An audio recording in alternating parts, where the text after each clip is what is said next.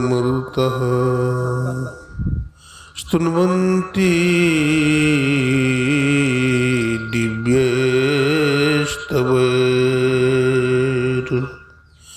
वेदैः साङ्गपत्क्रमोपनिषदैः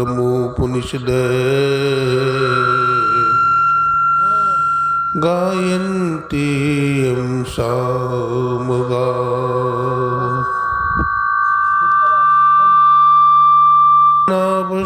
नावस्थितद्गतेन मनसा पश्यन्ति यं योगिनो यस्यान्तं न विदुः सुरासुरगणाः देवाय तस्मै नमः। ध्यानमूलं गुरुर्मूर्ति पूजामूलं गुरुपदम् मंत्रमूलं गुरुर्वाक्यं मोक्षमूलं गुरुकृपा। ओम सहना भवतु सहनौ भुनक्तु सह वीर्यं करवावहै तेजस्विनावधीतमस्तु मा विद्विषावहै। धन्य धन्य सद्गुरु सुखदा महिमा कही न जाए। जो कछु कहो तुम्हारी कृपा मोते कछु न बसाए। बोलिए प्रेम से श्री सद्गुरु महाराज की, श्री सद्गुरु महाराज की, श्री सद्गुरु महाराज की।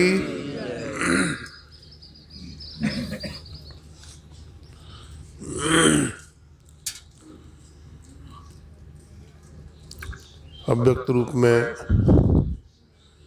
अनंत श्री विभूषित त्रैलोक पावन विश्ववंद्य जगदाधार 20वीं सदी के जाज्वल्यमान प्रचंड मार्तंड संत सद्गुरु ब्रह्मलीन महर्षि मही परमहंस जी महाराज के त्रैलोक पावन पाद पद्मों में कोटि कोटि नमन।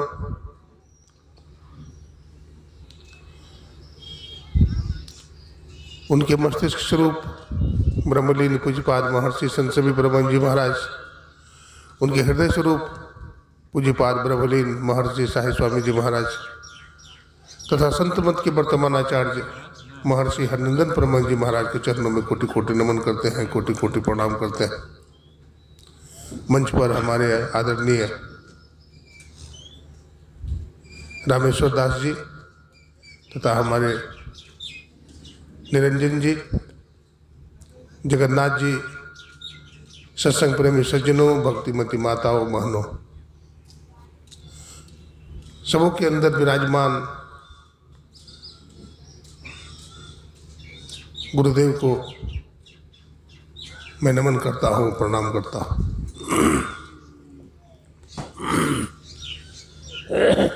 जैसा कि जानते हैं, आज हम लोग जिनकी पुण्यतिथि मनाने के लिए आए हैं वो थे हमारे स्वर्गीय श्रद्धेय श्री आनंदी बाबा, जो बड़े पुराने और अच्छे सत्संगी थे। सत्संग में सब जगह जाते थे। आवाज कम करो, थोड़ा आवाज थोड़ा कम करो। और सत्संग का प्रचार करते थे। लेकिन आज उनका शरीर नहीं है, आज उस शरीर में नहीं है। उनकी तस्वीर लगी हुई है।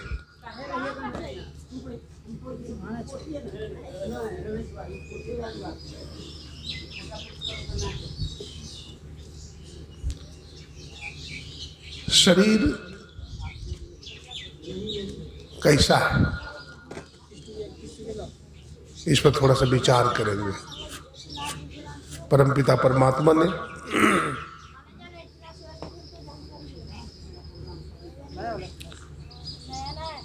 शरीर को बनाया, संसार को बनाया, 84 लाख दुनिया बनाई। अंडज, पिंडज, कुसुमज, अंकुरज, ये 4 खानियां हैं जिसमें 84 लाख दुनिया है।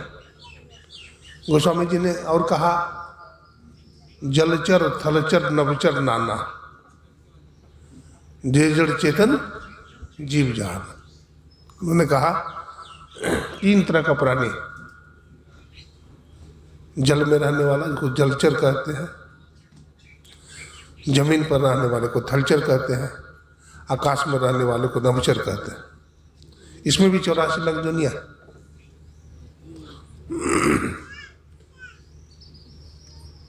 लेकिन कोई स्थिर नहीं है, बदल रहा है। शरीर भी स्थिर नहीं है, संसार भी स्थिर नहीं है, परिवर्तनशील है, गतिशील है।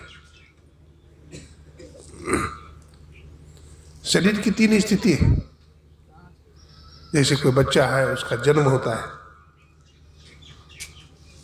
फिर बच्चा धीरे धीरे बड़ा होता है, जवान हो जाता है, फिर बूढ़ा हो जाता है, और फिर शरीर पुराना होकर छूट जाता है। ऐसे ही है जैसे वृक्ष की पत्तियां। वृक्ष की पत्ती जब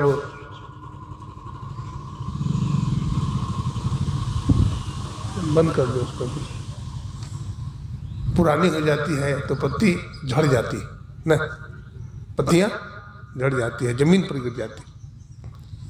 अब पत्तियां जो जमीन पर गिर गई, क्या वो पत्ती डाली में लगेगी? फिर नहीं लगेगी। ठीक इसी प्रकार से जिसके शरीर से प्राण, जिससे बोलते हैं चेतन तत्व, आत्मा बाहर निकल गया तो फिर इसमें प्रवेश नहीं हो सकता। गोस्वामी जी ने कहा, चिति जल पावक गगन समीरा, पंच रचितिन अधम शरीरा। पृथ्वी, जल, अग्नि, वायु और आकाश, ये 5 तत्व है। ये 5 तत्व से शरीर बनता है। बाबा गोरखनाथ जी ने कहा, सप्त धातु का काया पिंजरा, तामहि जुक्ति बिन सुबह। 7 धातु है मनुष्य के शरीर में। वो क्या है? 7 धातु क्या है? रक्त, रस, मांस, मेद, मज्जा, हड्डी और गुर्ज। सप्त धातु का काया पिंजरा, तामहि जुक्ति बिन सुबह।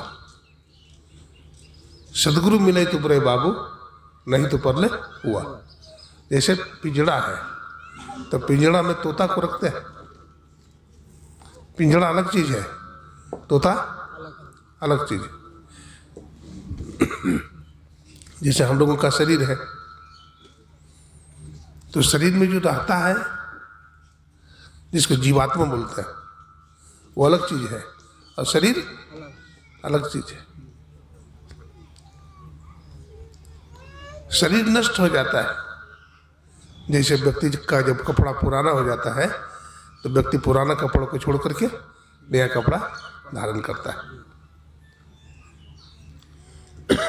भगवान कृष्ण कहते हैं, भाषांश जीर्णानि यथा विहाय, नवानि गृह्णाति नरो परानि, तथा शरीरानि विहाय जीर्णा नन्यानि संजाति नवानि देहि। तो जैसे वृक्ष की पत्तियां झड़ जाती है या फिर डाली में नहीं लगती है, कपड़ा जब पुराना होकर के फट जाता है तो फिर उसको दर्जी नहीं सी पाता है। कब तक सिएगा? जब तक सीने लायक है तब तक सीता है। जब सीने लायक नहीं रहा तो बेकार हो जाता है।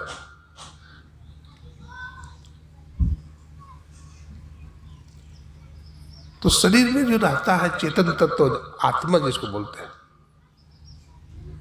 जब तक उसको जीव नहीं जान लेता है तब तक जीव आवागमन के चक्र में पड़ा रहता है। ये जन्मना मरना जीवन का सबसे बड़ा दुख है। ये जन्मना मरना समाप्त हो जाए, ये कब होगा?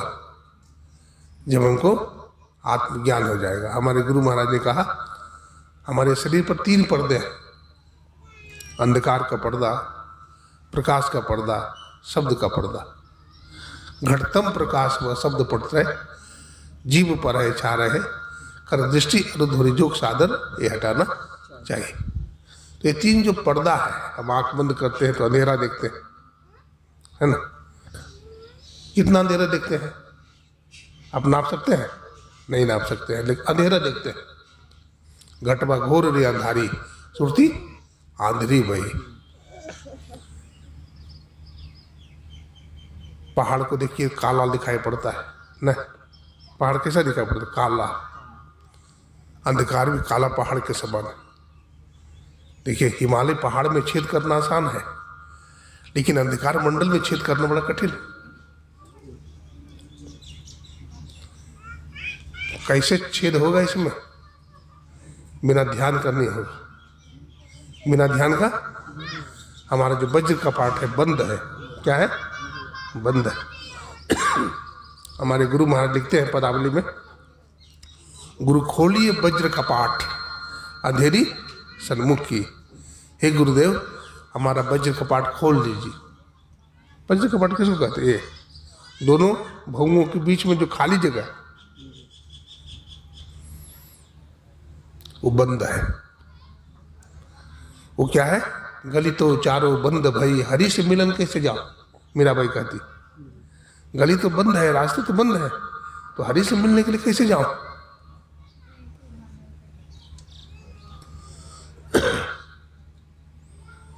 तो हरि से मिलने के लिए कैसे जाए? पदावली में ही गुरु महाराज लिखते हैं, गुरु खोले तिल द्वार, वो ब्रह्मांड में पैसा लखिए ज्योति अपार, भजो साध गुरु है। तिल द्वार कौन खोलेंगे? सदगुरु खोलेंगे। ये तिल द्वार जो है इसको शिव नेत्र भी कहा गया। क्या कहा गया? शिव नेत्र, ज्ञान नेत्र।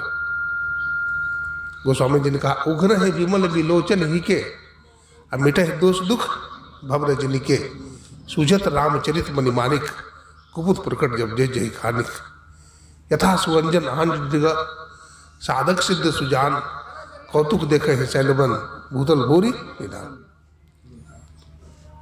तो वो जो गुरु वज्र कपाट खोल देते हैं, अंधकार फट जाता है। निष्दिन सूरत अधर पर करके अंधकार फट जाता है। जो हमेशा गुरु के मंत्र को जपता है, गुरु मूर्ति का ध्यान करता है, अब बिंदु ध्यान यानी दृष्टि साधन करता है, उसका अंधकार क्या होता है? फट जाता है और प्रकाश हो जाता है। जगमग जगमग रूप पर भंडा, और निरख निरख जो तीजे तेज दीजे। तो ऐसा उसका होता है जो गुरुमुख है। 2 तरह का जीव है, एक सगुरा जीव है और दूसरा निगुरा है। सगुरा कहते हैं जिन्होंने गुरु धारण किया, संत सदगुरु से दीक्षा प्राप्त किया, उसको बोलते हैं सगुरा। और जिन्होंने दीक्षा नहीं लिया उसको बोलते हैं निगुरा। गुरु भक्ति की महिमा अपार। और निगुरा क्या जाने, मांस खाता है, मछली खाता है, अंडा खाता है, जीवन में कोई सत्कर्म नहीं है। सुबह उठते ही चाय मांगेगा, लार पत लगा हुआ है, चाय मांगेगा।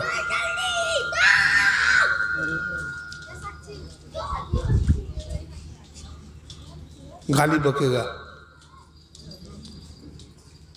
जीवन में कोई सत्कर्म नहीं है, सत्कर्म से हीन है, कर्महीन है, ज्ञान विहीन है, वैराग्यहीन है। ऐसे व्यक्ति का कल्याण नहीं हो सकता। ऐसा व्यक्ति जब शरीर छोड़ता है तो घोर अंधकार में शरीर छोड़ता है। और सीधे नरक जाता है। कहाँ जाता है? सीधे नरक जाता है। नरक को फारसी में कहते हैं दोजख। कहाँ जाता है? दोजख में चला जाता है। लेकिन जो अपने अंदर में प्रकाश देखता है, गुरु की कृपा से गुरुमुख है, ध्यान करके प्रकाश की प्राप्ति कर लिया, वो जन्नत को प्राप्त हो जाता है। क्या प्राप्त होता है? जन्नत, स्वर्गलोक। इसको हेवन भी बोलते हैं, अंग्रेजी में बोलते हैं हेवन, स्वर्गलोक, है ना। लेकिन स्वर्गलोक से भी ऊपर का एक रास्ता है, स्वर्गलोक से भी ऊपर स्थान है, उसको ब्रह्मलोक कहते हैं। उसको क्या बोलते हैं? ब्रह्मलोक। जो आत्मा का साक्षात्कार कर लेता है, जो ईश्वर को जान लेता है, जो अपने आप को जान लेता है, वो मोक्ष को प्राप्त हो जाता है। इसी को गोस्वामी जी ने कहा, संत संग अपवर्ग कर, कामी भव कर पंथ, कहा है संत कवि कोविद, श्रुति पुराण सदग्रंथ, है ना। अपवर्ग का मतलब क्या होता है? अमने नहीं, अपवर्ग मने प फ ब भ म को कहते पवर्ग। प से लेके जहाँ पाप पुण्य नहीं होता है, फ से जहाँ फलासा नहीं होता है, ब से जहाँ बैर भाव नहीं है, अब भ से जहाँ भय नहीं है, अब म से जहाँ मृत्यु नहीं है, उसको अपवर्ग कहते हैं, है ना। भगवान कृष्ण ने कहा, न तद्भासयते सूर्यो न शशांको न पावका यद्गत्वा न निवर्तन्ते तद्धामम परमम मम। इस आत्मा को चांद और सूरज प्रकाशित नहीं कर सकते। देखिए, ये आत्मा परम प्रकाश है। क्या है? एक प्रकाश होता है। गोस्वामी जी कहते हैं, परम प्रकाश रूप दिन राती, और नहीं कुछ चाहिए दियागृत बाती। अब एक प्रकाश होता है, जैसे बल्ब का प्रकाश है, मरकरी का प्रकाश, ये प्रकाश है, दिया का प्रकाश है, ये प्रकाश है। लेकिन आत्मा का प्रकाश परम प्रकाश है। नहीं, आत्मा का प्रकाश क्या है? आत्मा के प्रकाश को सूरज भी प्रकाशित नहीं कर सकता, बल्कि आत्मा के प्रकाश से सूरज और चांद में तो रोशनी आती है, प्रकाशित होता है। ये आत्मा कैसा है? तो कहिएगा स्वयं प्रकाश, अयम आत्मा स्वयं प्रकाश, अन्यम तन्यम यथा घट। ये आत्मा स्वयं प्रकाश, ठीक है। ये चेतन है। ये क्या है? ये चेतन है, चेतन चेतन है ना। ये चेतन को भी चेतन करने वाला है, मुर्दा में प्राण फूंकने वाला है। हाँ, वो कब होगा? जब नाद अनुसंधान की क्रिया करेंगे, जब साधक सार शब्द को पकड़ लेता है। देखिए, भजन कीजिए। बाबा का शरीर आज नहीं है। हमारे स्वामी आनंदी बाबा बहुत अच्छे महात्मा थे, उनका शरीर अभी नहीं है, तस्वीर लगी हुई है। हमारे एक और बाबा थे, हमारे आदरणीय स्वर्गवासी प्रयाग बाबा निरंजन जी के पिताजी, उनका भी देखिए तस्वीर लगा हुआ ऊपर में गुरु महाराज के पास। अब शरीर में नहीं है, बेचारे भजन गाते रहते थे। पिछले बार आया था, कई बार आया, भजन गाते रहते थे, लेकिन इस बार नहीं देखा उनको, तक खाली थी। भाई, कोठरी खाली हो जाती है। जब तेरी डोली निकाली जाएगी, बिना मुहूर्त के उठा ली जाएगी। जर सिकंदर का यहीं पर रह गया, अमरते दम लुकमान यो भी कहा गया, ये दबा हरगिज न खाली जाएगी, जब तेरी डोली निकाली जाएगी। उसका कोई मुहूर्त नहीं होता है। देखिए, यात्रा होती है, हम लोग तीर्थ की यात्रा करते हैं, हरिद्वार जाते हैं, प्रयागराज इलाहाबाद जाते हैं, बद्रीनाथ जाते हैं, केदारनाथ जाते हैं, तो कपड़ा ले लेते हैं अपना, न खाने पीने का भी कुछ सामान रख लेते हैं, कुछ पैसा कौड़ी भी रख लेते हैं। क्या खाएंगे वहाँ, भूखे मरेंगे। तो वो एक यात्रा है, लेकिन एक अंतिम यात्रा है। जब शरीर छूट जाता है, वहाँ से जीव वापिस नहीं आता है। आता है? नहीं आता है। कहमा से, कबीर साहब कहते हैं, कहमा से जीव आइल, कहमा समाइल हो, निर्गुण से हंस आइल, सरगुण समाइल हो। कहाँ से जीव आता है, कहाँ चला जाता है? कोई साथ देने वाला नहीं है। कोई साथ देता है? नहीं देता है। हाँ, आपके घर में मान लीजिए कोई डकैत घुस जाए 2 बजे रात में और आपका धन ले ले, आपको मारने लगे कोई, है, आप चिल्लाते हैं बचाओ बचाओ, लेकिन पड़ोसी से अगर झगड़ा है तो पड़ोसी दौड़ेगा? नहीं दौड़ेगा। अपना भाई नहीं दौड़ेगा। पड़ोसी की बात तो छोड़ दीजिए, अपना भाई भी छोटा, ठीक है इसको मारने दो। किसी से प्रेम नहीं किया है, किसी से दोस्ती नहीं किया है, अगर संत सदगुरु से आपने दोस्ती किया है तो संत सदगुरु आपको बचा लेंगे। जागृत जिंदा सदगुरु जग में, ऐसा मत समझिए गुरु महाराज मर गए हैं। पदावली में गुरु महाराज लिखते हैं जागृत जिंदा सदगुरु जग में, सदगुरु जिंदा है, ऐसा नहीं समझिए मर गए हैं गुरु महाराज। नहीं, हमारे गुरु महाराज को बाबा साहब ने आशीर्वाद दिया था। गुरु महाराज गए थे बाबा साहब के पास, लाला तो अपनी जिंदगी कैसे बिताएगा? तो कहे कि तुलसी सिस्टम से। कहा तुलसी सिस्टम से बिताएगा, भीख मांग के खाएगा, हमारा संतमत को ले जाएगा। लो 80 रुपये। उस जमाने में बाबा साहब ने गुरु महाराज को 80 रुपये दो, केला बांस की खेती करना, अब पैसा जब हो जाए तो हमको लौटा देना। 80 रुपया से गुरु महाराज केला का गाछ लगाए, बांस लगाए, ट्यूशन भी पढ़ाए, स्वावलंबी जीवन बिताए। जब पैसा हो गया तो बाबा साहब को लौटा दिया।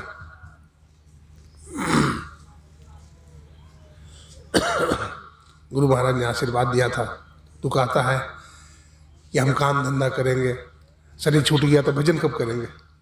मैं कहता हूँ कि तू 100 साल बचेगा तो क्या खाएगा? बाबा साहब का आशीर्वाद हो गया। क्या हो गया? आशीर्वाद हो गया। एक बार गुरु महाराज लीला किया। गुरु महाराज बहुत लीला करते थे। 1982 ईस्वी से 1986 ईस्वी तक गुरु महाराज बहुत लीला किए। एक लीला सुना देता हूँ। गुरुदेव एक दिन भजन करते करते जो है, शाम का समय था, समाधि में चले गए। समाधि में चले गए तो गुरु महाराज का भोजन बन करके तैयार, बाबा भोजन लेकर के आए। हुजूर भोजन किया जाए, हुजूर भोजन। गुरु महाराज आँख तो बंद, समाधि लगी है। लोग सोचने लगे कि इतना देर तो गुरु महाराज समाधि में नहीं रहते थे, लगता है गुरु महाराज शरीर छोड़ दिए। सब रोने धोने लगे, सब रोने धोने लगे कि बाबा साहब शरीर छोड़ दिए। तो कुछ लोग कहने लगे कि गुरु महाराज को बाबा साहब ने आशीर्वाद दिया था कि तुम 100 साल जियोगे तो क्या खाओगे? तो गुरु महाराज लगता है कि बाबा साहब का आदेश का पालन नहीं किए।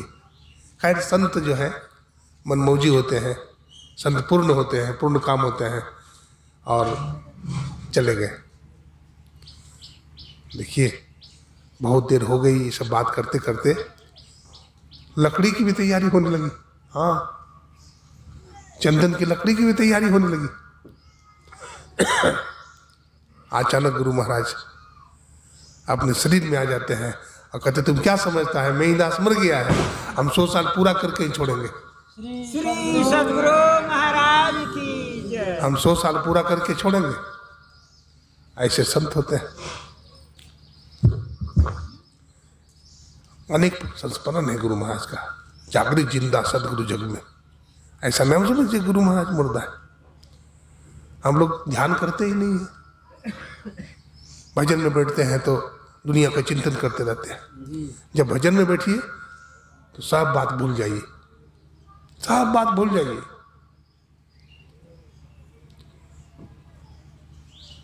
एकदम बैठ जाइए, मन को कह दीजिए, भाई देखो 24 घंटा तुम्हारी गुलामी करता हूं, अब हमको छोड़ दे थोड़ी देर के लिए, हमको थोड़ी देर के छोड़ दे। डूब जाइए, शरीर को भूलिए, संसार को भूलिए, सबको भूल जाइए और अपने स्वरूप में लीन हो जाइए। न हिंदू है, न मुसलमान है, न सिख है, न ईसाई है, न ब्राह्मण है, न क्षत्रिय है, न वैश्य है, न शूद्र है। हम कुछ भी नहीं है, हम पर कोई आवरण नहीं है, हम किसी के बेटा नहीं है। चिदानंद रूपम शिवोहम शिवोहम। इस स्थिति में अपने को ले जाइए। ध्यानम शून्यगत मन, शून्यगत मन को ध्यान कहते हैं। नहीं, ध्यान में जड़ हो जाइए, जड़ पर जड़ हो गए थे, नहीं जड़ हो जाइए, तब ध्यान लगेगा। आप बोलते हैं हम गुरु महाराज को बुलाते हैं, बाबा हमारे जप भी नहीं होता है। मैं आपसे कहता हूं, प्रधानमंत्री को आप से मिलाइए, तो प्रधानमंत्री से मिलने जाइएगा, आप मिलेंगे प्रधानमंत्री? प्रधानमंत्री से मिलना बहुत कठिन है। सीएम से मिलाइए, मुख्यमंत्री से, मिलना कठिन है, विधायक जी से मिलना कठिन है, बड़े व्यस्त हैं। और वो आएंगे भी प्रधानमंत्री राष्ट्रपति जब बड़ी खुशामद कीजिएगा ना। ये दुनिया का जो मालिक है, सृष्टि का जो मालिक संत है, जिन्होंने शरीर और संसार को जीत लिया है, जो पूर्ण काम परमात्मा है, ऐसे ईश्वर को आप सोचते हैं कि एक बार में चले आएंगे एक बार में? नहीं, खूब मनोयोग से जप करना चाहिए। गुरु गुरु मैं करो पुकारा, सदगुरु साहब सुनो हमारा। बड़े श्रद्धा प्रेम से, अति अटल श्रद्धा प्रेम से गुरु भक्ति करनी चाहिए। कितना विशेषण, अति विशेषण है, अटल, जो कभी टले नहीं। श्रद्धा मैंने विश्वास, प्रेम भी जोड़ दिए गुरु महाराज। प्रेम न बाड़ी उपजाए, प्रेम न हाट बिकाए, राजा प्रजा जह रुचे, शीश दिए ले जाए। और गुरु भक्ति जोड़ दिए, इतना हो जाएगा तब गुरु भक्ति होगा आपका। गुरु भक्ति इतना आसान नहीं है, गुरु भक्ति की महिमा अपार, निगुरा क्या जाने। इसलिए दीक्षा लेकर के भजन कीजिए। अगर ऐसी जिंदगी बिता दीजिएगा, उपनिषद के ऋषि ने कहा, यही चेद वेदी न सत्यम अस्ति, न चेदिहा वेदी न महति विनष्टि, भूतेषु भूतेषु विजित धीरा प्रत्यासमात लोकादि दब्बन्ति। अगर इस जन्म में ब्रह्म को जान लिया तब तो ठीक है, नहीं जाना तो बड़ी भारी हानि। बड़ी भारी हानि क्या है? ये मनुष्य का शरीर फिर नहीं मिलेगा। ऐसा मत समझिए कि मनुष्य है तो फिर मनुष्य बन जाएंगे, नहीं, क्या क्या बन जाइएगा, गाछ वृक्ष बन जाइएगा, नदी पहाड़ बन जाइएगा, चांद सूरज बन जाइएगा, क्या बनिएगा, कोई ठिकाना नहीं। इसलिए ये मानव का शरीर हमें मिला हुआ है। पाठ में सुन रहे थे, बड़े भाग मानुष तन पावा, बड़े भाग्य से मनुष्य का शरीर मिलता है। सूर्य दुर्लभ सद ग्रंथन गावा, देवी देवता को जो दुर्लभ है शरीर, वो हमको आज मिला हुआ है। और साधन धाम मोक्ष कर द्वारा, ये मनुष्य का शरीर साधनों का धाम है, इसमें मोक्ष का दरवाजा लगा हुआ है। किसी भी योनि में, मनुष्य का योनि ही कर्म योनि है, सब योनि भोग योनि, भोग योनि में भजन नहीं कर सकते। तो कर्म योनि है ये मानव का शरीर, शिवालय है। देहम शिवालयम प्रोक्तम सिद्धिदम सर्वदेह नाम।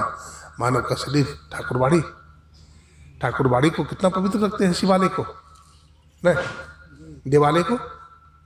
वहाँ बीड़ी पीजिएगा तो पुजारी जी पीने देंगे, दारू पीजिएगा, मांस मछली खाइएगा तो खाने देंगे। और शिवलिंग किस चीज का बना हुआ है? ईंट पत्थर का बना हुआ है। मंदिर ईंट पत्थर का बना हुआ है, तो उसमें पुजारी जी आपको नहीं खाने देंगे, मांस मछली गंदा नहीं करने देंगे। लेकिन मानव का जो शरीर है, ये मानव का जो शरीर है, किसने बनाया? कौन सा कारीगर ने बनाया? तेरे पूजन को भगवान बनाए, मंदिर आलिशान परमात्मा ने अपने हाथ से बनाया। साई के सियत मास 10 लागे, अभी सुन रहे थे। और ठोक ठोक कर बीनी चदरिया, झिनी झिनी बीनी चदरिया। 10 महीना जीव माँ के गर्भ में रहता है, और फिर वो उसका शरीर पूरा होता है। फिर परमात्मा से गुहार लगाता है, हे प्रभु हमको इस नरक से बाहर निकालो। एक छोटा सा बच्चा परमात्मा से, देखिए सारे आसनों में सबसे कठिन आसन शीर्षासन है ना। सारे आसन में सबसे कठिन आसन कौन है? शीर्षासन। सिर के बल पे वो बच्चा खड़ा है, अब परमात्मा से हाथ जोड़ कर प्रार्थना कर रहा है, हे प्रभु हमको निकाल दीजिए नरक से। बार बार कहता है ना, ईश्वर को दया आ जाती है। ईश्वर बोलते हैं, रे बेईमान तुमको बार बार निकालता हूँ, अब बार बार तो भूल जाता है, माया में खो जाता है, माया में भूला जाता है। तो कहता निकालो, कहते प्रभु इस बार निकाल लीजिए, इस बार भजन करूँगा। भगवान को दया आती है, बाहर निकाल देते हैं। अब बाहर निकलते क्या बोलता है? कहाँ कहाँ। बच्चा क्या बोलता है? कहाँ कहाँ बोलता है, कहाँ गए। तो वो जो नरक है, माँ का गर्भ, परमात्मा से जीव को बाहर निकाल देते हैं कि जाओ इस बार भजन करना।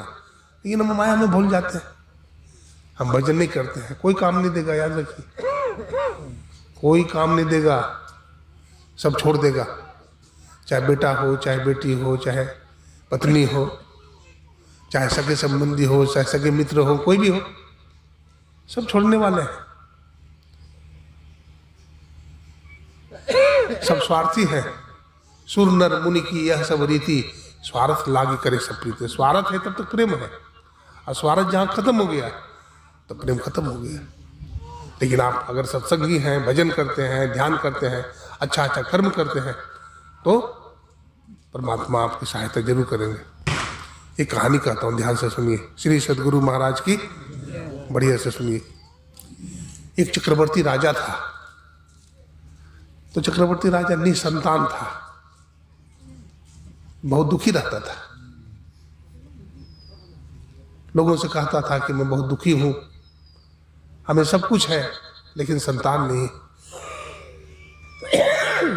उसके राज्य में एक ज्योतिषी आया, तो ज्योतिषी को बुलाया उन्होंने, कहा महाराज हमें संतान नहीं है, आप कृपा कीजिए तो हमको संतान हो जाए। तो ज्योतिषी ने कहा कि देखो, तुमको एक स्वस्थ बालक लाना पड़ेगा और उसकी बलि होगी देवी के सामने। देवी खुश होगी तो तुमको संतान होगा। तो मंत्री ने कहा ठीक है महाराज, आज्ञा का पालन होगा। एक सभा लगाई, पूरे गांव में ढिंढोरा पीट दिया कि सभी नगरवासी इकट्ठे हो जाए, सभा होगी। सभा में सबको आना जरूरी है। सभा में सब लोग आए, गरीब अमीर सब लोग आए। एक गरीब आदमी आया, किसान, तो उसको 3 बेटा था। 3 बेटा था। तो राजा ने कहा कि हम आधा संपत्ति दे देंगे राजा का, अपना बेटा को दान कर दो।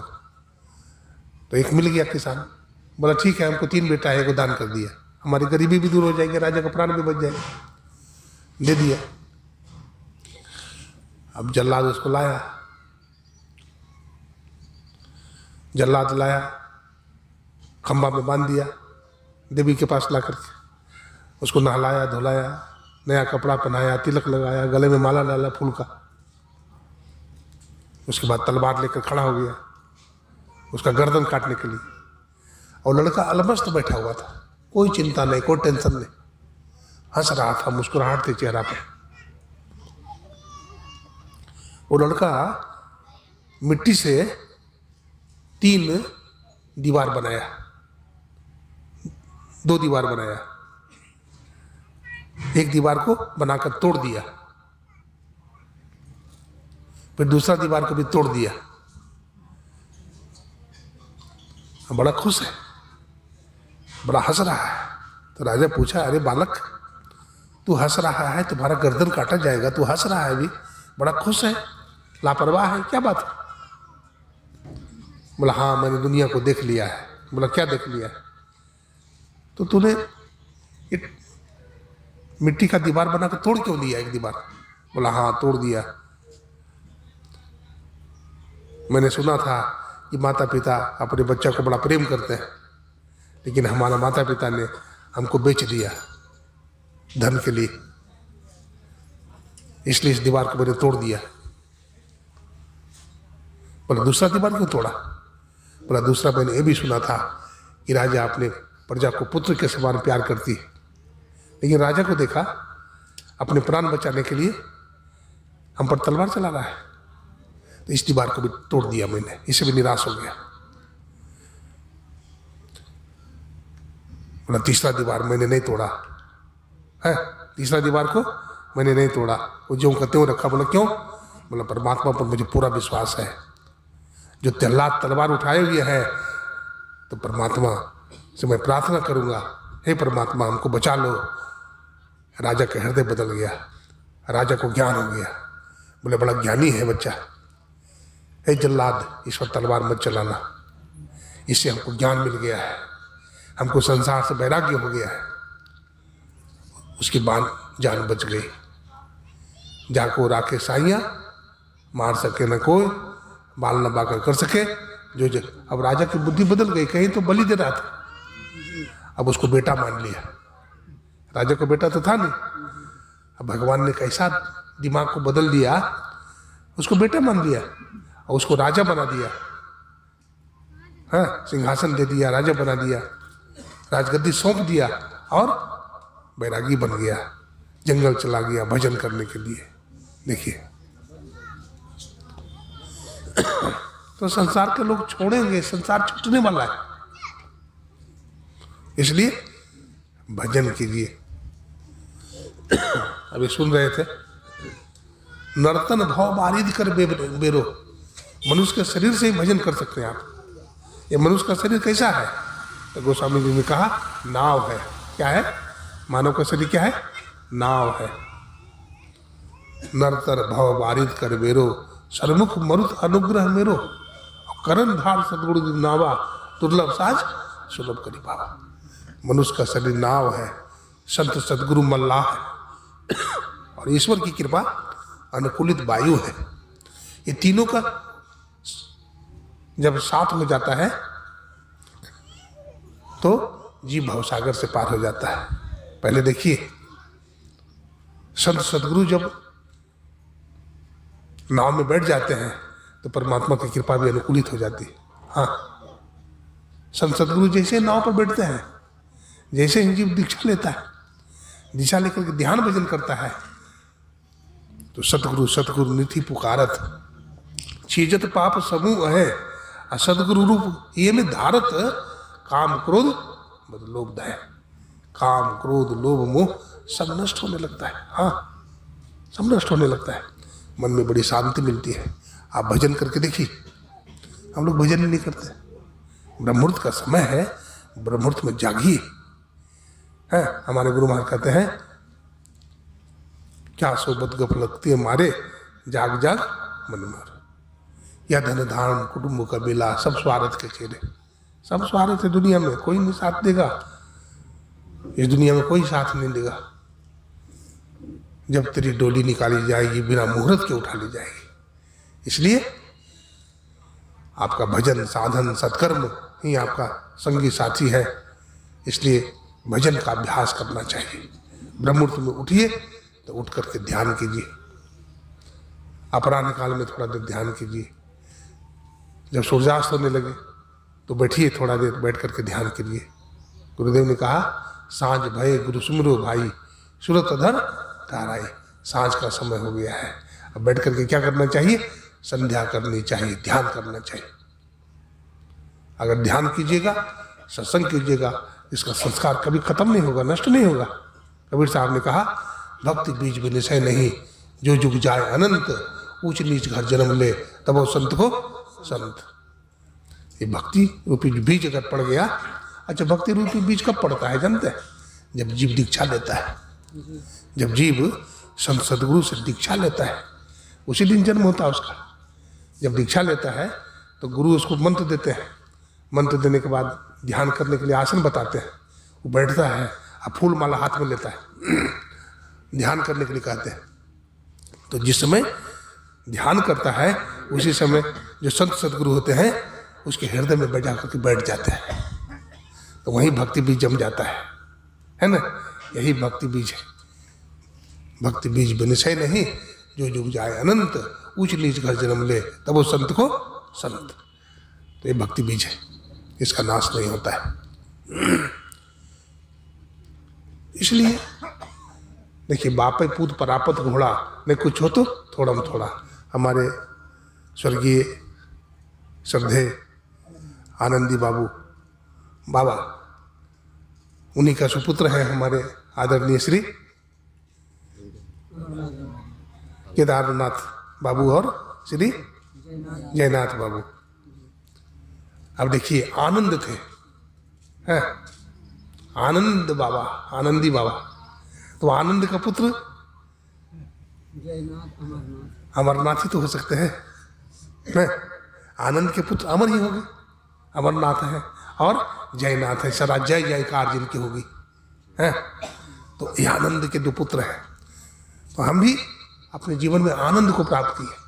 वेदव्यास जी महाराज जब भागवत महापुराण की रचना करते हैं तो स्तुति करते हैं, सच्चिदानंद रूपाया। क्या बोलते हैं? सच्चिदानंद रूपाया, विश्वोत्पत्त्यादि हेतवे तापत्रय विनाशाय श्री कृष्णाय वयम नुमः। है? मैं उस सच्चित आनंद परमात्मा को प्रणाम करता हूं जो विश्व की उत्पत्ति विनाश के कारण है? उनको क्या करता हूं?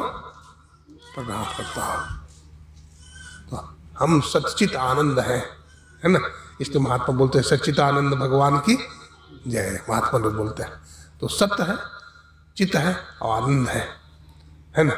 हमारे शरीर में यही तीनों है, सत्य है, चित्त है और आनंद है। तो इसलिए हमेशा सदा आनंद में रहता है। आनंद में वो रहेगा जिसको जीवन में मिला सत्संग है, उसको हर घड़ी आनंद ही आनंद है। जिसका जीवन सच्चाई में ढल गया, उसके पापों का पर्वत भी गल गया। जिसके जीवन में, जिसके हृदय में राम नाम बंद है, उसको हर घड़ी आनंद ही आनंद है। तो सत्संग करिए, ध्यान कीजिए, भजन कीजिए। गुरु महाराज सदा आनंद में रहते थे। संत सदा आनंद में रहते हैं। संत के घर में सदा दिवाली, संत के घर में सदा, हम तो दिवाली एक दिन मनाते हैं, लेकिन संत के जीवन में तो रोज दिवाली है।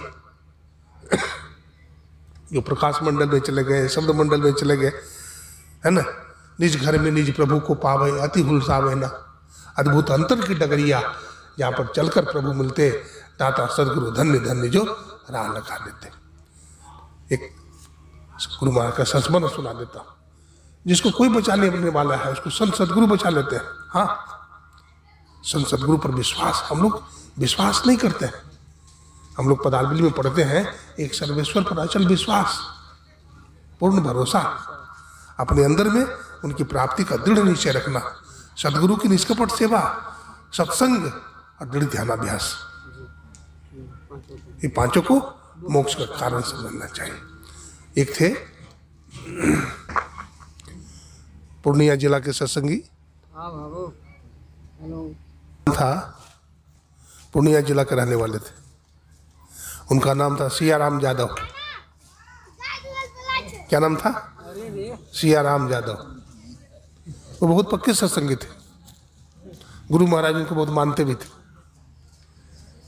वो पूरे परिवार गए थे कुप्पा घाट आश्रम गुरु महाराज का दर्शन सत्संग करने के लिए।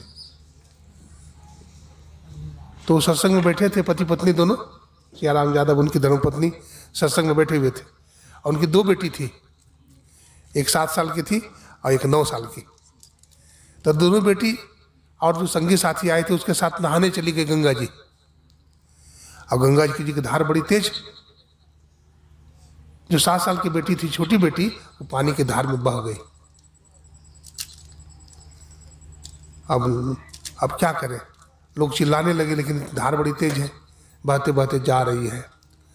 वहाँ से लोग रोते धोते पहुँच गए। साथी सियाराम बाबू बैठे हुए थे सत्संग में, पति पत्नी। कहा आप यहाँ सत्संग कर रहे हैं,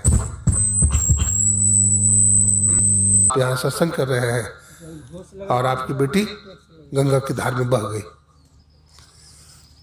तो देखिए हृदय कितना विशाल होता है। उनका हृदय कितना विशाल था। वो कहते हैं अब तो बह ही गई, तो अब सत्संग छोड़ के क्यों जाए?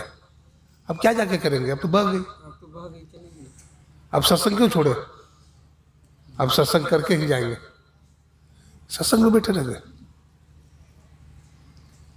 लेकिन जब सत्संग खत्म हो गया तो वो चले जाते हैं लोगों के साथ। ले गया लोग कि चलिए कहाँ डूबी है, खोजा जाएगा। चले गए तो गंगा के कतार कतार गए, बहुत आगे चले गए। तो वहाँ क्या देखते हैं, उनकी बेटी किनारे में लगी है, मरी पड़ी, अचेत। किसी तरह से पानी से निकाला गया, उसको किनारे में लाया गया और देखते हैं कि सांस उसका धीरे धीरे चल रहा है। धीरे धीरे कुछ देर के बाद लड़की आँख खोल देती। तो लड़की से उसके बाप सियाराम यादव पूछते हैं, बेटी तू कैसे डूब गई पानी में? कहा पिताजी गंगा जी में बहुत लोग नहा रहे थे, तो हम भी नहा रहे थे। अचानक कदम आगे बढ़ाए तो गंगा की धार बड़ी तेज थी, हमें पानी में बह गया और चिल्लाने लगा। मैं गुरु महाराज को पुकारी थी, गुरु महाराज को पुकारी, गुरु महाराज बचाइए। तो गुरु महाराज अपने हाथ पकड़ करके हमको किनारे में ला दिए। श्री सद्गुरु महाराज। गुरु महाराज हमको हाथ पकड़ करके किनारे में ला दिए और मैं बच गई। देखिए, जाके शीश पे हाथ गुरु के, बाल लंबा का होई, जो जग बैर करे बहुत तेरा तासो नहीं। लेकिन निरंजन जी के बेटा है, ये शंकर नाम है। ये भी देखिए लड़का अच्छा है, लेकिन कुछ बुरी संगति में पड़ गया है। लड़का अच्छा है, संस्कारी है। ये भी लाइन में कटने जा रहा था, लाइन में ट्रेन से कटने जा रहा था, लेकिन इसको किसी ने धक्का दे करके बाहर फेंक दिया। वो कौन थे? गुरु महाराज जी थे, जिसके माता पिता ध्यान भजन करते हैं। हाँ, जो सत्संगी का बेटा है, तो गुरु महाराज को चिंता नहीं है, गुरु महाराज की चिंता है। तो गुरु महाराज को ऐसे मत समझिए ये बूढ़े बाबा हैं, ये शरीर में नहीं है, जागृत जिंदा सदगुरु जग में है ना। बचपन सदगुरु दयाल काटे जम जाला। जो सदगुरु जम के जाल को काट सकते हैं, तो क्या जग के जाल को नहीं काटेंगे? वो जग के जाल को भी काट देंगे। इसलिए बहुत धीरज रखना चाहिए, दुख में घबराना नहीं चाहिए। सत्संगी को बहुत धीरज रखना चाहिए, सब काम बनेगा, सब काम बन जाएगा। अपने देश में बहुत सारे महापुरुष हुए, संत हुए, और सबने यही बताया, ईश्वर की भक्ति करो, भजन करो, इसी से जीव का क्या होगा? कल्याण होगा। कहने की बहुत बात है। अब शाम का समय हो गया है, साँझ भय गुरु सुमरो भाई, सूरत न ठहराई। समाप्त करें? जैसा कहिए। फिर प्रातःकालीन सत्संग होगा, उसमें आप लोग सुनिएगा। तो बोलिए प्रेम से श्री सद्गुरु महाराज की।